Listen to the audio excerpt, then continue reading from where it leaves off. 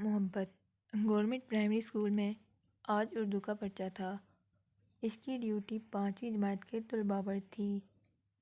خلاف معمول آج کے پیپر میں ایک بچہ کم تھا۔ دیوار کے ساتھ جڑی پہلی قطار کی پہلی کرسی خالی پڑی تھی۔ یہ اویس کی کرسی تھی۔ آج اویس غیر حاضر نہیں تھا، بلکہ اس نے چھٹی لے لی تھی۔ اسکول سے نہیں، دنیا سے دائمی چھٹی۔ وہ ایک دن پہلے ہی اپنی گلی میں کھیلتے ہوئے گٹر کے کھلے دہانے پر گر کر مر چکا تھا۔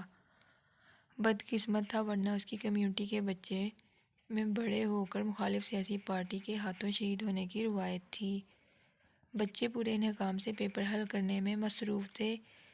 پیپر کا دورانیہ 1 گھنٹہ تھا اور اب آخری 10 منٹ چل رہے تھے۔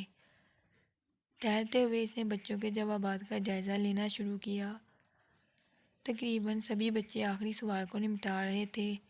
سوال تھا، آپ بڑے ہو کر کیا بنیں گے؟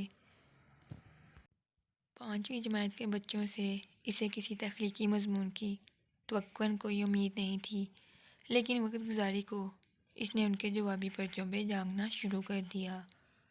30 قطار کی چاروں کرسیوں پر ڈاکٹر صاحبان بھر جمع تھے، پھر ایک پائلٹ، اور یوں یہ سلسلہ پہلی قطار کے وسط تک ڈاکٹر، پائلٹ اور انجینئر کے درمیان ہی گھومتا رہا۔ پہلی قطار کی پہلی خالی کرسی کے پیچھے اویس کا دوست عبداللہ بیٹھا تھا۔ عبداللہ اور اویس کلاس کے دوران بھی اکٹھے ہی بیٹھتے تھے۔ عبداللہ کے جوابی پرچے پر جواب دیکھتے ہی ایسا لگا جیسے چھت سے لٹکتی سیمنٹ کی کھپریں یکدم چمگادڑ بن کر سر کے اوپر سے میزائلوں کی صورت گزرنے لگی ہیں۔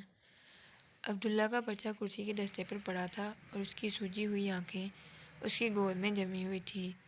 عبداللہ کا جواب بھی مختصر سا ہی تھا، بڑا ہونا بہت مشکل ہے، لیکن اگر ہو گیا تو کاریگر بنوں گا، گٹر کے ڈھکن بنانے والا کاریگر۔ سارے ڈھکن بناؤں گا، بہت سارے۔